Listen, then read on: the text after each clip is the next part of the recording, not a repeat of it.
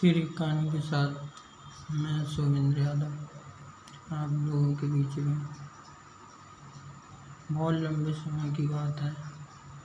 किसी नगर में एक डाकिया रहा करता था। वह इतना गरीब था कि उसके पास आने जाने के लिए ना तो कोई साधन था, यहाँ तक कि उसके पास पैरों में पहनने के लिए चप्पल भी नहीं थी।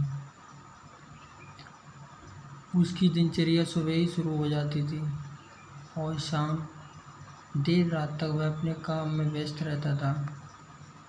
समय गुजरता गया, लोगों के घर आना जाना उसका लगा रहता था, क्योंकि चिट्ठियाँ प्रत्येक घर में वो ले जाया करता था जिस घर की चिट्ठी हुआ करती थी। मगर कभी भी उसने अपनी तरफ ध्यान नहीं दिया। पूरा जीवन यूं ही बीता जा रहा था। अचानक से एक चिट्ठी आती है उसके लिफाफे में।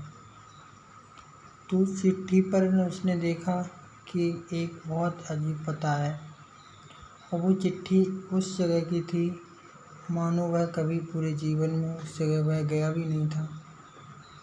उस डाकिया ने उस चिट्ठी को स्वीकार किया और अपने बस्ते में रख के वह उस पते पर निकल पड़ा। काफ़ी लंबा रूट तय करने के बाद फाइनली वो उस घर तक पहुंच गया। जब उस घर पे पहुंचता है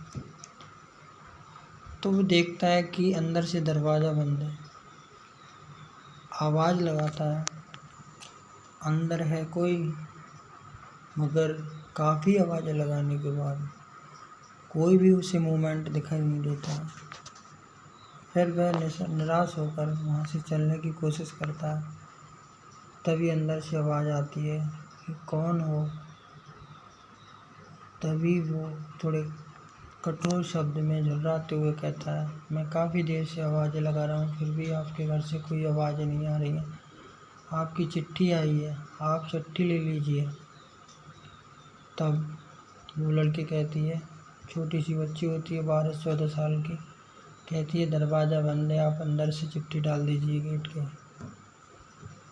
मगर डाकिया कहता है, नहीं, चिट्ठी को पहले आपको साइन करना होगा, तब आपके लिए मैं चिट्ठी दूंगा, क्योंकि मुझे लिखा पढ़त करनी होती है।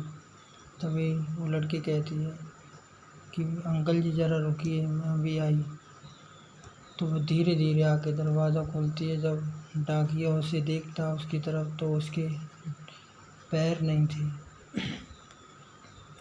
वह बहुत ज़्यादा दुखी हो जाता है और उस मन ही मन सोचने लगता है, शायद मैं ये चिट्ठी अंदर से ही डाल देता गेट के, इस बच्ची को इतनी परेशानी नहीं होती। फिर वह पूछता है कि बेटी आपके पैरों को क्या हुआ। तो वो सारा हादसा बताती है और कहती है, मैं इस घर में अकेली रहती हूँ, मुझे यहाँ रहने से बहुत ज़्यादा घुटन होती है, मगर डाकिया करे तो करे क्या। फिर वह बहुत उदास मन होकर उस घर से चला जाता है और वो बच्ची भी अपना गेट बंद कर लेती है। काफ़ी लंबा समय गुजर जाता है। तभी डाकिया के पास एक पार्सल आता है। उस पार्सल में उस बच्ची के घर का पता लिखा हुआ होता है। डाकिया बहुत खुश था और सोच रहा था मन ही मन कि मैं उस लड़के के घर जाऊंगा और उससे बहुत सारी बातें करूंगा और कुछ मदद हो सकेगी मदद भी करूंगा। डाकिया जैसे ही उसके घर पहुंचता है और दरवाज़ा खटखटाता है तो अंदर से आवाज़ आती है, चले आइए अंकल जी, दरवाज़ा खुला है। जब वो अंदर प्रवेश करता है तो देखता है वो लड़की कुछ बना रही होती है। तो सबसे पहले उसे पानी पिलाती है और पानी पिलाने के बाद में वो डाकिया कहता है कि आपका बेटा पार्सल आया है, आप इसे रिसीव करिए। वो बच्ची उस पार्सल के लिए ले लेती है और उसको जब वो खोलती है तो उसमें चप्पल निकलती है, एक जोड़ी। जब एक जोड़ी चप्पल निकलती है तो डाकिया कहता है, बेटा आपने ये क्या मंगवाया, किसी ने भेजा है आपके लिए। तो लड़की की आंखों में आंसू थे और कहने लगी, अंकल जी भगवान ने मेरे लिए तो पैर नहीं दिए, मगर मैंने उस दिन देखा था जब आप पहले दिन मेरे घर आए थे, तो मैं देखा था कि आपके पास ना तो आने जाने के लिए कोई साधन है और ना ही आपके पास चप्पल है। आपको सबसे ज़्यादा ज़रूरत चप्पलों की। मैंने देखा था कि आपके पैर दुख रहे थे और घायल भी थे।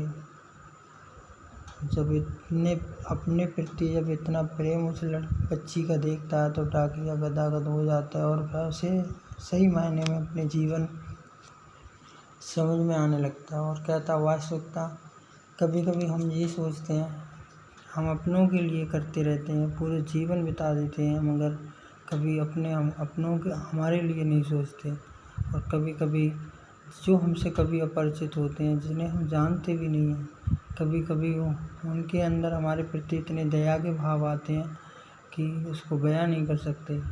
वह उस बच्ची को गले लगा लेता और रोता है और कहता है, बेटा आप वास्तविकता कोई साधारण बच्ची नहीं हो, आप वास्तविकता किसी ईश्वर का दिया हुआ वरदान हो। वो धन्य है माँ बाप जिन्होंने आपके लिए जन्म दिया। हमारी कहानी का अंत यहीं हो जाता है। तो हमें इस कहानी से ये भी सीख लेनी चाहिए कि संसार में कोई व्यक्ति ना छोटा होता है ना बड़ा होता है, और हमेशा पता नहीं कब कौन सा इंसान किसके काम आ जाए। तो चाहे कोई जाति का हो या धर्म का हो, मगर हमें किसी के साथ भेदभाव नहीं करना चाहिए और समान दृष्टि से, समान नज़रिए से हर किसी का सम्मान करना चाहिए।